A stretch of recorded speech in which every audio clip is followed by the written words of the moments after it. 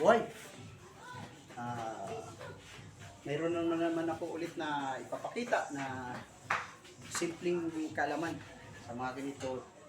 Ito po'y magaan lang to kasi pag pitik dito hindi makontrol dito tatama. Ito yung ipapakita ko sa inyo na ganitong na pader na wala ka nang maatrasan. Tapos ito yung gamit niya ay itak. Pag itak niya sa akin, itak ko sa leeg. Kung nakailag ka, sabay, balik, baba sa tulog. Ito yun.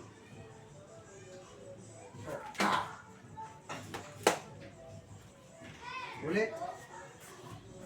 Hindi ko ginagamit yung harness, gawa ng pagpitwitik kung masakit. Dito lang yung patama. Yan, ito walang matrasan. Ito yung cover, ang hawak mo pamalo. Medyo maliit lang. Sa kanya, itak. Medyo pag itak niya dito nakailag ka. Ibabalik sa iyo yun. Okay. Yan. Kailangan nandito mabilis ang footwork mo.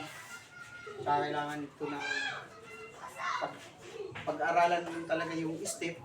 Kasi kung halimbawa na hindi mo makukuha yung step na tamang step, aabutin ka sa pag ganito, lalo na pag ang itak mabigat.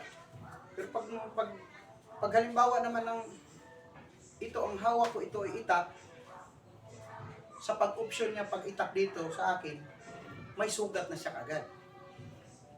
Ito ulit. Itak. Ito lang. Dito agad. Yan, ang tinama. Pag itak pala, naka-wave ako. Yan. May laslas na siya. Dito na agad silalim.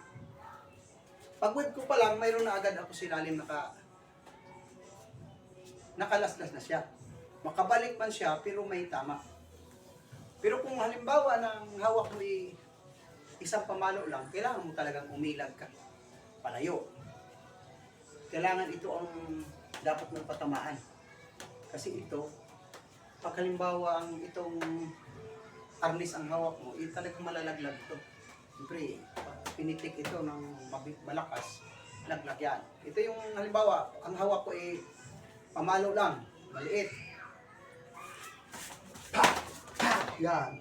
Kailangan mabilis. Mabilis ang ilag mo kasi pag hindi tumama dito, pag sinalag yan, pag kaya absorb yung palo mo na yan, ipipitik sa baba yan. Kailangan itong paa mo naka-step agad atras para hindi abutin itong talim. Dito agad, dubli-dubli ang tama ito kasi pwede mong ikutin. Pak.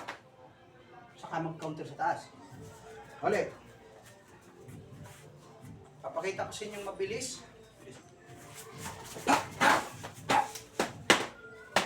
Yan.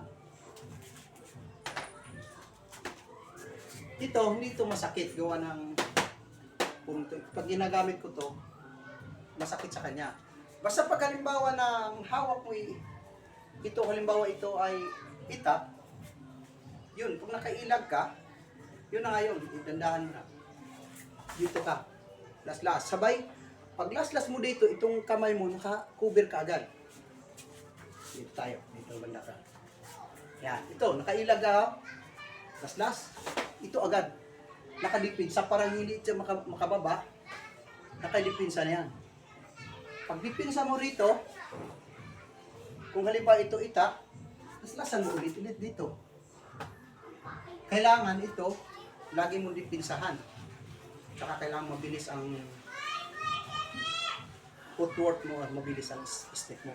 Kasi pag ang step mo hindi rin sa tama ang step mo, aabutin ka niyan. Lalo na pag ganitong mga itak, mabigat to.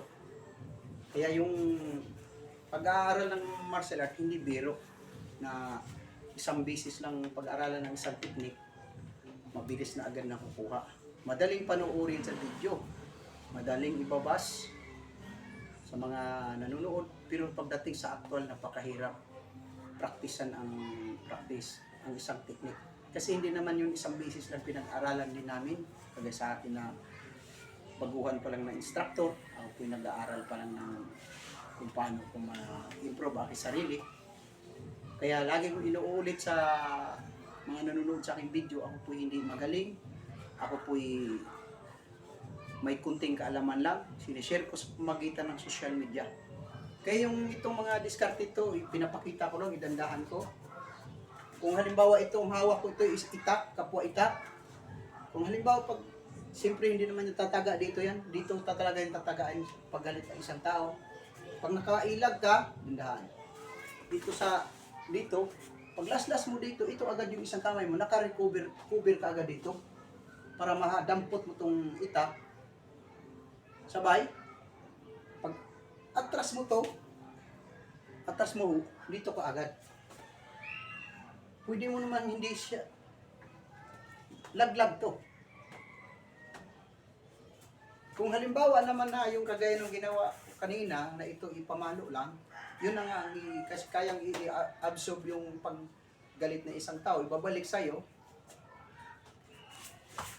balik agad sa dito agad yan. Kasi pag pitik ko dito, bababa dito yan, ang paa ko, pag pitik ko dito, halimbawa absorb, pitik sa baba, dito agad. Makabalik na agad ng paulit-ulit yan. Posible namang hindi ito abutin.